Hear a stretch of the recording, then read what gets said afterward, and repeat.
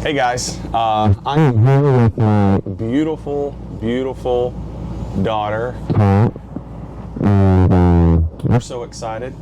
Kat, you want to introduce yourself? Tell everybody who you are. Sure.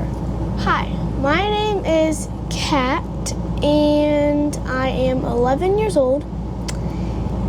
And What's your favorite color? blue. My favorite color is blue. Blue? Just like your hat, that color on your hat, blue? Yeah. Close to it. Cool. Well, we decided I wanted to bring Kat on my podcast today, and we wanted to talk a little bit about some exciting things that Kat's got going on. I have just been so excited about writing lately, and I'm working on a few more books. I've got 3 or 4 that are in the pocket that I've been working on. Stephanie's been working on her book, and so we're starting to become a family of writers. And I have some exciting news. Can you tell us what you've been doing, Kat? I've been working on a book that I'm writing. It's a 10-chapter book, and A 10-chapter book? Mm-hmm. Now, how old are you? 11. 11 years old. She's 11 years old, and she's already starting to write. What made you want to write a book? I think it was because you were writing a lot of books, and then I remember it was one day during like the beginning of 2025. I was like, I should start writing a book. So I started writing a book, and then you helped me with it. So. Awesome. So she came to me and she's like, hey, I've been watching you write books or whatever, and I would really like to know how to do that. And so I was like, you know what, might as well. She homeschools, so we're able to add things to her curriculum and we kind of can do whatever we want as far as what we teach. And I thought about, well, in English, she's been learning about writing a little bit. And what are some of the things that you learned that Nana's been teaching you about in English about writing? I've been learning when I write my book, I've been learning how to write paragraphs more, because usually I'll just write like 1 or 2 sentences and I'll not know how to start my paragraph. So I would have an introduction and then I'd not know how to make it clear, you know? Yeah. I'd get confused. Well, one of the things that I've been teaching her on writing her book, and now everybody can do this differently, but this is kind of how I write my books, is we start with a overall idea, right? Mm-hmm. And she had an overall idea. She wanted to write about, what was the idea of your book? So the idea was kind of like this girl who plays volleyball. A girl who plays volleyball? Okay. She overcomes her, she's super excited, but she's also really, really nervous. Ooh. So she kind of overcomes her fears, and it's on her, all on her to win the big game that they're going for. Oh, wow, that's awesome. So, in her book, she wanted to write about, her big theme is overcoming fears and moving through life, and what are the different principles and lessons that she is going to be learning in order to overcome her fear and win the big championship, the big game. Wow, that's awesome. I'm really excited about how you've been able to take, you're only 11 years old, and you've been able to take something like that and put it together. And so in writing a book, you come up with what is it that you want to write about? She wants to write about overcoming fears and things like that in order to win a big game. And then you have a theme. That's the theme of her book. That's what she's wanting to do. And so we take that and we turn it into an outline. And that's something I helped her with. We came together and we said, what are 10 chapters? Do we want to do a 5-chapter book, 10 chapters? Should I do a 10-chapter book? It's like, okay. I was like, so what are some chapters? What are some stages in that theme? The theme is, I want to overcome this, that, and the other, overcome this in my life, and then win the big championship. So there's a lot of building that has to happen in this Alexa's life. And one of the things that I wanted to help her understand is whenever you writing something that you experience. And we talked a little bit about this yesterday. Put yourself in Alexa's shoes. So you be Alexa, right? And that's the cool thing about writing is you can make up stories, you can create whatever it is that you want to create to really explain your message and your theme. So she talked about Alexa and her whole theme. I said, okay, what are some of the things in some of these in the chapters and the different? I'm not going to reveal everything about the book, so we're going to keep a lot of things kind of secret or whatever. Try not to like reveal. Yeah, you don't want to reveal everything. It's like hard to keep. But there were a couple things we talked about yesterday when she was working on her book. She's like, I'm having a tough time with in the book of, I really want to tie a spiritual. I want this to be a book that shares the gospel in a way of victory over victory over pride, victory over fear. And I'm just so proud of you. I'm so proud of the hard work that you're putting in on this book. And I am so excited about when she's going to be done with the book. We are hoping, and we've got a deadline, don't we? Mm-hmm. What was our deadline? By the end of school works, or the end of school. So the end of school is like 3 weeks. Mm-hmm. And if you don't know, I am so excited because I want to see this book. And so I'm going to take the book when she's finished and writing it, then I will edit it and I will publish it for her. But it's all her book. There's not going to be a thing in this. I'm not writing this. And so I told her, when you get done and you get it she meets and she fills in. So basically, kind of go back a little bit. Whenever we create our theme, then we create our chapters, mm-hmm. basically breaking down our theme of how the person got to where they're going to go. Then we start, each chapter has a list of questions to help you build up mm-hmm. that chapter. And depending on whatever the theme of that chapter is, it depicts on what those questions are. So I helped her. We worked through that. We asked what questions am I going to be asking Alexa, the character in this part, and what am I going to be asking her in this, and am I going to be asking the coach this? And so you develop those questions. After you develop those questions, then you start writing, and that's what she was talking about, the chapters, and not the chapters, the paragraphs. And it basically, you take the book and you break it down in small pieces, and then you start writing those small pieces. And once you write those small pieces, still keeping the outline going with your the progression of your book, once you've done all that, then you compile it all together, and through editing and things like that, and then you produce the book. So I'm so excited about this book that's going to be coming out. Deadline is when? 3 weeks? You got 3 weeks? Listen, she is probably about halfway, maybe 3/4 of the way through with her book. And I told her the importance of a deadline. Do you remember what I was saying about the importance of a deadline? If you don't have a deadline, then you're like, then I'll just get to it later, and then you end up taking like a year and a half. But if you create a deadline, then you have so many weeks or days to get it done. Mm-hmm. And if you get it done, you'll be proud of yourself. Exactly. So talk to me a little bit about the pressure. And we talked a little bit yesterday about that, and you were a little you got overwhelmed, and you cried a little bit. Can you walk me a little bit through that pressure, and what does it feel like? So it's when you're when someone asks you to do something big, and you only have like a certain amount of time to do it. Yeah.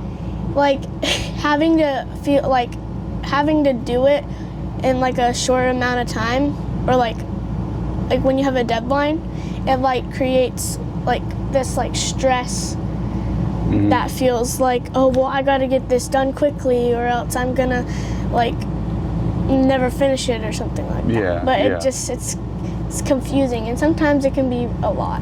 So when we're talking about pressure, you know, and this is kind of one of the things I wanted to talk about today on when you write a book or anything that you do.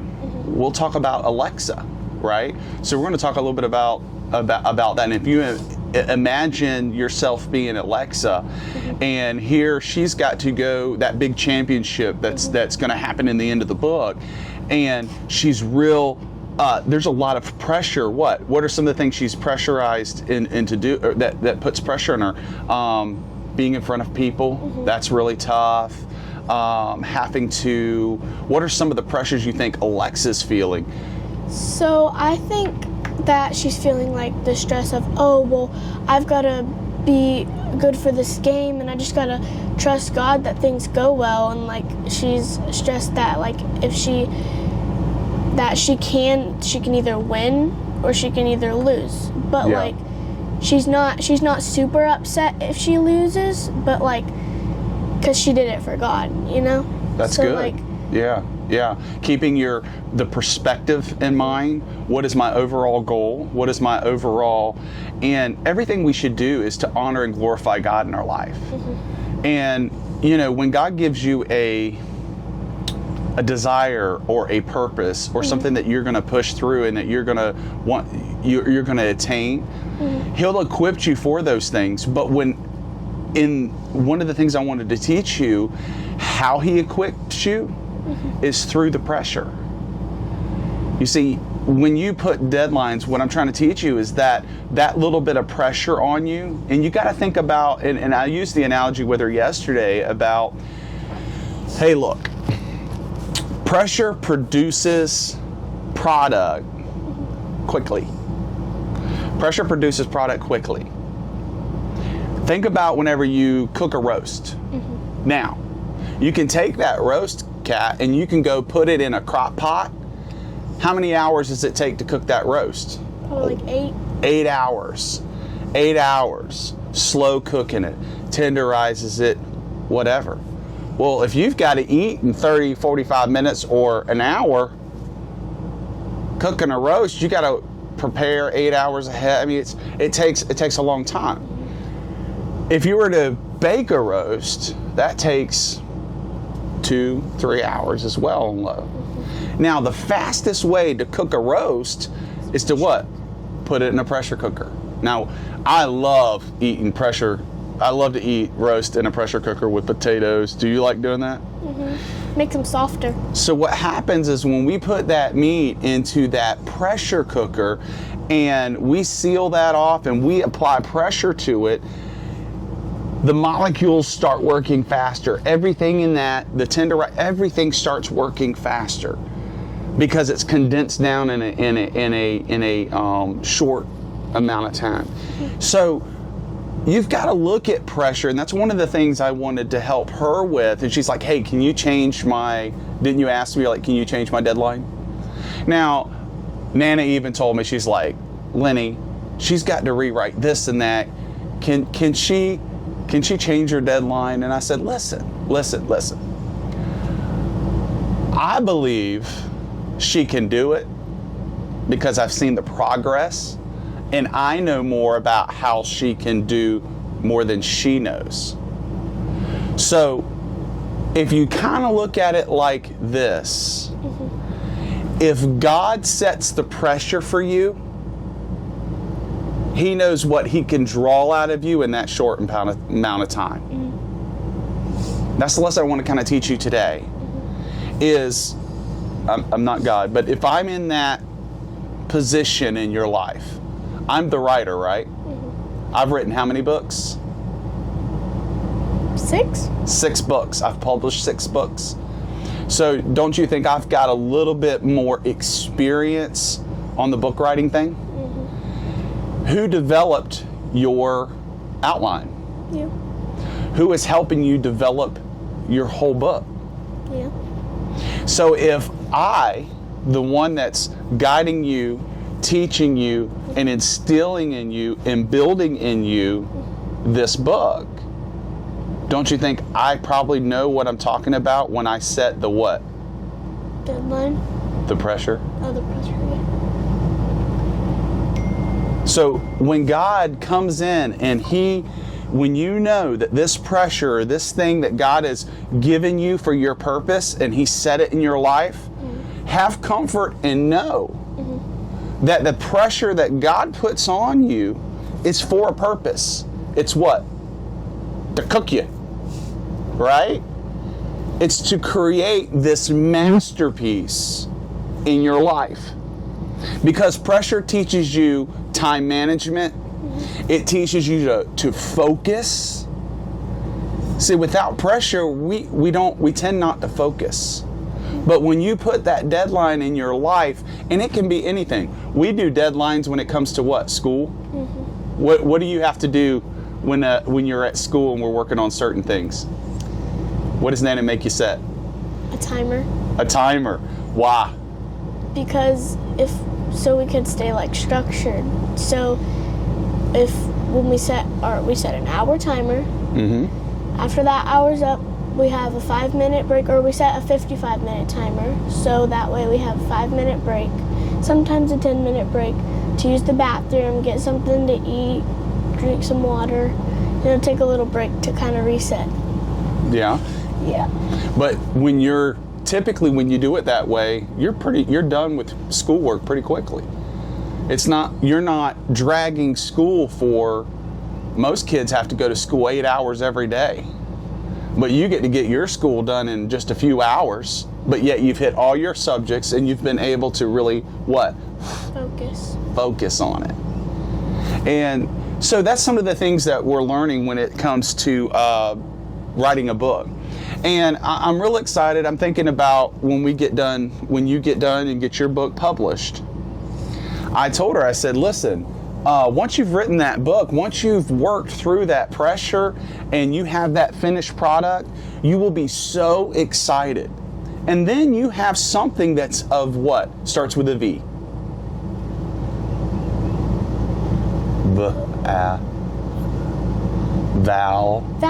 Value. See, with pressure produces value. Pressure produces value. So now once you have that book done and you went through all this hard work and we recorded a podcast to promote what you're doing, all these things are part of writing this book. It produces value. Guess what value means? Somebody's going to pay you for it.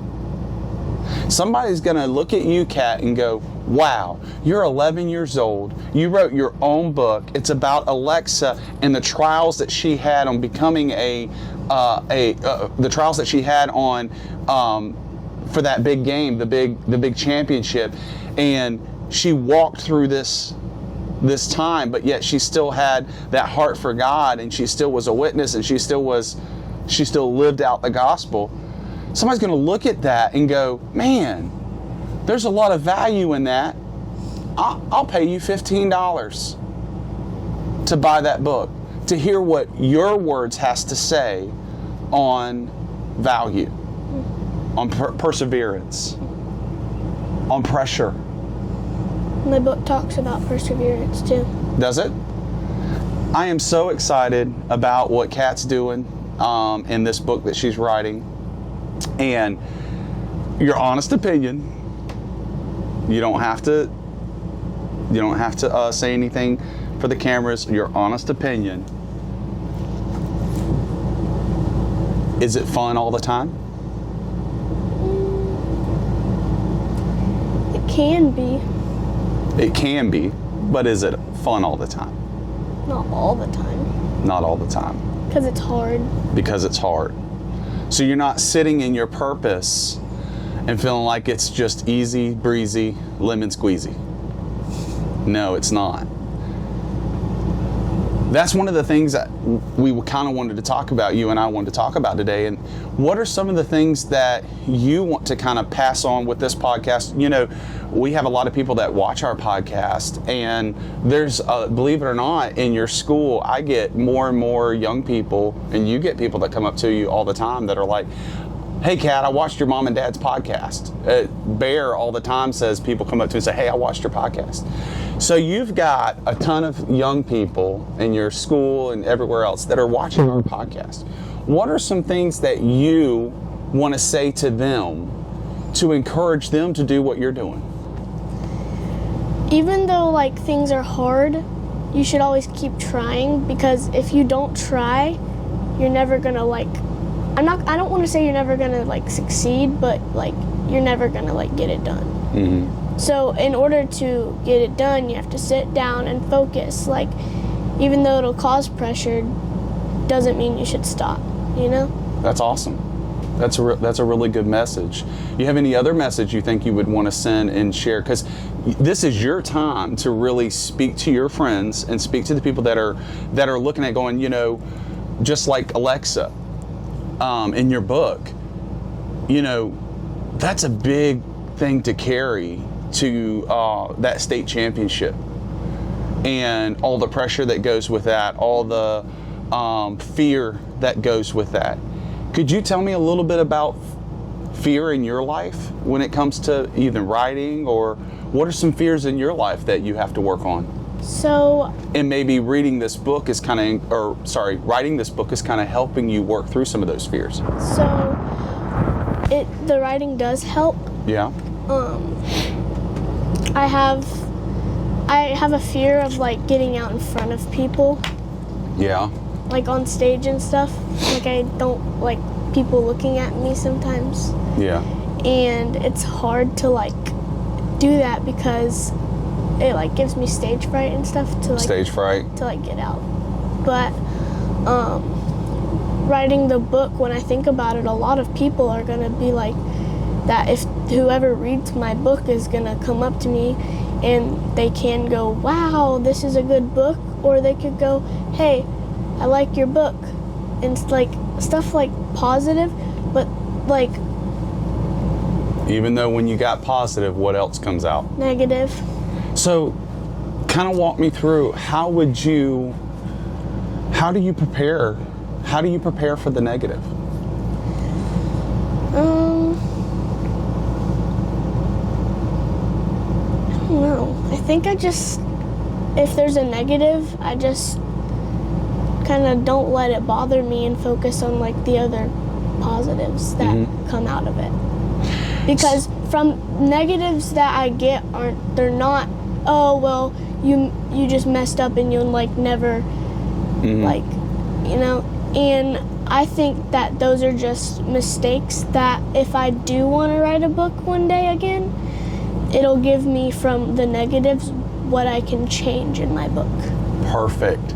That's the answer I was looking for. Because in my head I'm going, oh, I want to answer this for, right? And I didn't prompt her to say that. That's really good because, my very first book I wrote was the Autoimmune Food Journal. It was the very first book ever. But yeah, you're like, what? What in the world is that? It's on Amazon if you want to download it. It's only in digital form. I never put it in a printed form. But it's on Amazon if you want to get it. But at the time, I was dealing with my autoimmune disease really, really bad. And I didn't know what I really could eat and what I couldn't eat. And so when I wrote that book, there's nothing in that book that really ties it to my personal experience. It was just a kind of like an encyclopedia on my disease, sarcoidosis, autoimmune diseases, and what these things can, what different foods can aggravate it or whatever. But it wasn't really personal. And I remember your Uncle Aaron, I sent him the first copy of the book. And I love Uncle Aaron. So Uncle Aaron, when you watch this podcast, I'm not calling you out, but you made a huge impact on me on that very first book. I was proud of the book. And so I sent it to Uncle Aaron. I'm like, hey, what do you think about my book? And he was like, dude, it was so informative. It was so good. I like that. You know, wow, I didn't know you had so much truth in it and all this kind of stuff. But then he goes, but my criticism, man, is who wrote the book? Like, there's nothing of you in the book. You don't share any story about you or how eating this way affected you or anything. And I didn't like that negative criticism. And that was the first book I ever wrote. I'm looking for, oh, that was a really good book. You are amazing. You touched my spirit, all right? That didn't happen. He was honest with me. He was like, it didn't have anything personal and it didn't draw me. I want to know about your experience with this. So I was a little butthurt, right?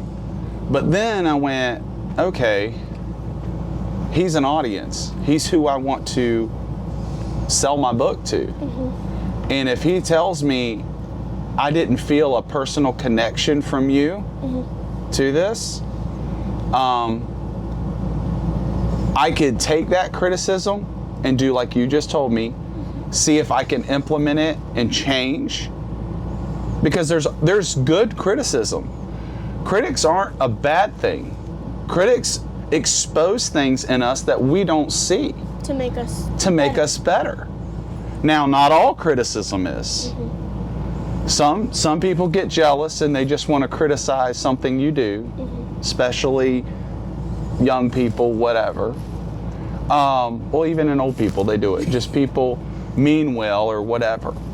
But I like what you said. You take that criticism, you look at it, and you go, can I learn from this? Like, I don't just, if I see failure, like negativity, I don't think of it as failure. I think of it as something that I can change. Like, if it's, say if I said, or like, say if I did a project for school, and I was supposed to tell them about a story that happened in my life, and I told them like a story, but it wasn't really me, and they said, hey, this isn't you, like Uncle Aaron said, I would have said, oh, okay, because I can always change, like, I can always change it. I can always go back and fix it. Like, it's not, not something that will just be there forever that you can't fix. Because writing books, you can always fix it. Yeah, you can always fix it. And that's one of the lessons I'm glad that you're learning, that I didn't really have to, you're just learning it by experience, is one of the things in our family that we talk about all the time and we're willing to do is what? Change. There it goes. Don't always be the same. Be malleable. You know what malleable means? Malleable is like clay. And I love how God talks about in His Word that He is the potter, we are the clay, and He wants to mold us. But when you're molding something, you put clay in, you take clay out, and you shape it. In order to mold something, your hands must stay on the project, must stay on the clay. And you, the clay, has to be willing to let things go and to change into whatever God is trying to shape you in. And I'm really excited about that, and I'm thankful for what you're saying there, is that be willing to change. And that's the one of the biggest principles in our family. You know, a lot of people look at us and go, why do we live in a coach? Why do we get rid of our house? And I kind of want to talk a little bit about that. We've talked about the book a little bit. Now we're just going to sit here and talk about how so much change has happened in your life. In your honest opinion, how it's affected you, good and bad, and what are some of the principles you're learning through it? You know, we moved from our house into this coach. What are some positive things, and what are some things that you may have given up? But, you know, kind of talk to me a little bit about that, your experience. So I noticed when we moved into the coach, we've kind of like gotten closer. as like a family. Like we'll sit in here all together and watch a movie, or like we're not just having the door shut all the time, separate, you know? Yeah. So like we'll all be together. It's like giving us the opportunity, since we have this beautiful property that we are on, is allowing us to get out there and go and play ride our bikes and stuff. Because at the old house we didn't have 3 or 4 acres to go around and just bike on, you know? Like we weren't allowed to just go all the way down the crosswalk, and then all the way back, you know? Because it's not safe. But around here, it's safe because you guys can watch us, and like we're always doing something together. And so the closeness, what are some things that, giving up living in the coach, that you maybe kind of miss? But so when I was at the old house, I never was in my room. I never slept in there. It was so messy. If you're my family, you know how messy it was, like especially my grandparents. I like never cleaned my room. Anyways, I kind of miss having my room, because it's having to be next to your brother every day is kind of, with no space, kind of rough. Yeah. A little bit. So it's kind of made you a little more sharing a bathroom. So it's kind of made you a little bit more thankful for space that you had, that you used to take advantage of. Now you're like, dude, I would love to have had my own room again. Maybe when you go into because we're not always going to live in a coach forever. The whole reason one of the biggest reasons we changed and we moved into the coach was because God told us to. And I'm a firm believer in doing whatever God says. And a lot of y'all know my story. These past few years, I have been really sick, and I have dealt with being in and out of the hospital and some real major differences in my health.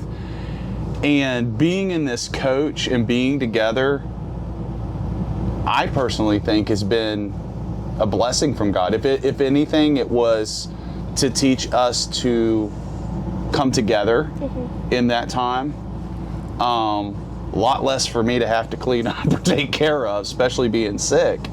But it's also really bonded us together a lot closer, and it shows us how like blessed we are, because not a whole lot of kids, think of the kids in the rescue mission and the women and children's shelter. Think of them. They don't get to live in an RV and go around the world like on trips and stuff, like and they can't go anywhere. So we're totally blessed. And some of the places we've got to go, we've been to Myrtle Beach, we go to Georgia several times, we've gone South Carolina. There's so many different places we've been able to go and do. And a couple weeks ago, Aunt Rhoda made us some homeless bags to pass out to the homeless people. Oh yeah. And I noticed when we were giving out the last couple bags, there was this, I don't know if it was the mom or the sister. It looked like a mom. But I think it was a mom. I'm going to say the mom. So the mom had several little babies, and they were just like, they were super excited. Like whenever we pulled up, they looked super excited when we were giving them the food, and they just looked so excited. And I remember I was like, wow, I've never realized how excited they are. Like if it's all they got, they would take it, you know, like. So it's given you a better perspective of thankfulness, and yeah, it makes me more thankful. You know, sometimes, and I'm gonna ask some hard questions, and I know this is tough, but having to deal with your dad, going through a lot of the physical stuff that he's had to go through, me going through what I've had to go through, and being sick and stuff like that. How have you worked through these things with me? I know it's not been easy for you. I know it's been tough. But what are some things that you've learned through this that maybe could help someone else, some other kid out there that's dealing with their dad going through what he's going through? Or so, mom? I noticed like how I have changed through you've been in like the hospital and stuff. I don't know how to say it. So I've been more like thankful. Mm-hmm. Like thankful in how blessed I am. And I noticed that Mom is working hard. Mm-hmm. You proud of her? I'm proud of her too. Mom is I think she's like a Superman. Don't you think Mom's like a Superman? Or a Superwoman? And I wanna kind of go, tell me some things about your mom that you admire through what you've seen, because this would be a blessing for her, be a blessing for her, and also help a lot of other kids be able to really look at, through your words, you can tell people what it's like to see on the outside. Here you have a dad that's going through what he's going through, but yet you have a mom who has turned into Superwoman, taking care of your dad, but also taking care of you and taking care of everything. Tell me a little bit in your own words of what that's. I mean, this is your time. You could.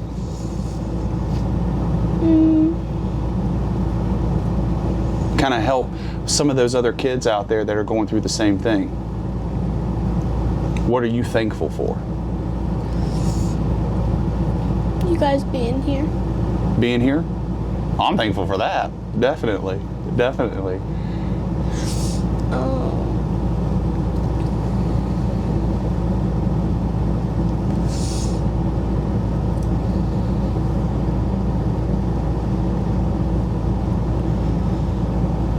Trying to remember the question.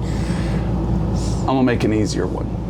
What are 3 things that you see in Mom that you admire and you just love? She's a hard worker. Mm-hmm.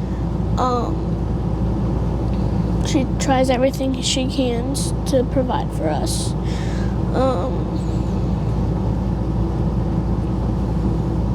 She doesn't stop. Mm-hmm. Even on her days off, like today, she's working on her days off. Today's Wednesday. She's off on Wednesdays and on the weekends, and she takes every opportunity that she can to work so she can provide for us. So I have another question. We talked about Alexa and we talked about your book. And this is going to be kind of a harder question, but I think you can answer, and I think I would love to have your opinion on it. Dealing with your dad being sick and what your mom, you've noticed that Mom has gone through a lot of pressure. What are some things that you've seen through your mother and the pressure that has created in your mom? I know it's kind of a deep question, but what are some things that you've seen in your mom due to this pressure that's made her into something? It's made her like stronger. Like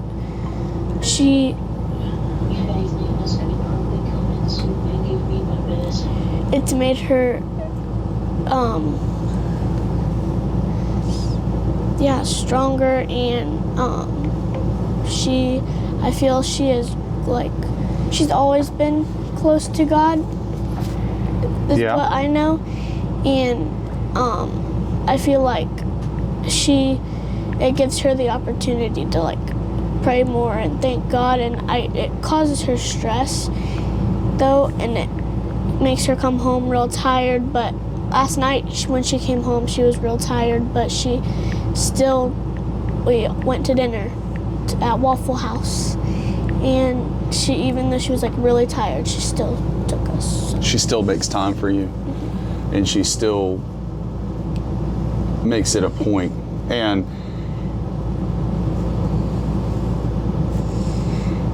I could never do what I can do for you guys like your mother if it wasn't for your mom. And we are both so proud of your mother. And your mother's had to struggle a lot with anxiety and a lot of the things that you deal with.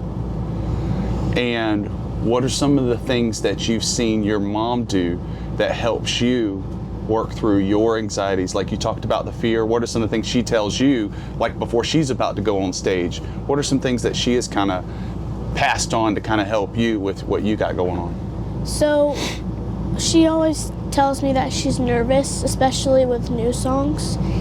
And the last Sunday, she was really nervous to go on stage and sing because she's scared she's going to mess up. She told me that even though she's like scared, she's just got to sing through it and do it for God, you know? Yeah. And like trust Him that He will let everything go smoothly. So you just got to step out there and do it and let God work through you and in you. Mm-hmm. Because we are the vessels that God chooses to use to reach people. What is your, and we're going to wrap this up, what is your biggest desire in writing this book? What do you want to do in writing this book?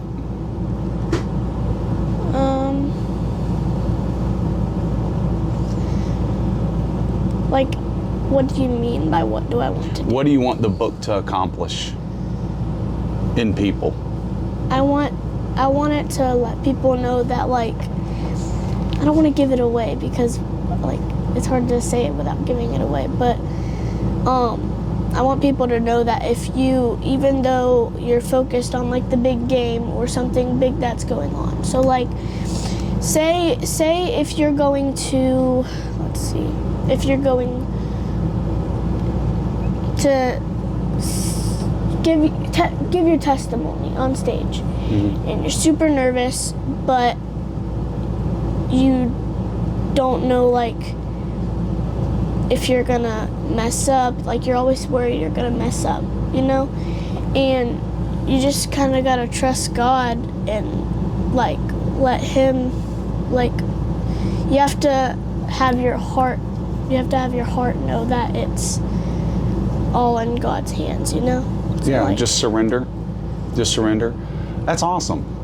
Well, I want you to know, as your father, I am so proud of you, and I'm glad you're a mini-me when it comes to this, and I believe you are going to be an author of several books, I'm sure. Once you get through the pain of this one, you'll do great. I'm excited for what you're going to do. And so listen, I'm thankful. Thank you for doing this podcast with me today. And she did a great job. I'm just excited how well she did on this podcast. And you know what? We're going to have you and Bear more often on the podcast and just getting your point of views. Bear's got a lot of things he's been working on as well. And we're going to pull him in here one day and talk about the things he's got going on. Listen, guys, the only way we can get this podcast out there is by you liking and subscribing to our channel and sharing to our channel. Because listen, like what she's saying, today was a full story. I'm so excited about her. Kids need to hear this stuff. They need to see what God's doing in people's lives, and we want to touch and really help as many people as we can in sharing the gospel. So please like, subscribe, share this channel, and get more people on our YouTube, viewing our YouTube, because we really want to reach a lot of people, and this is the avenue and this is the window God has opened. And thank you for tuning in. You have anything else you want to say? So earlier you said that I'm your mini-me.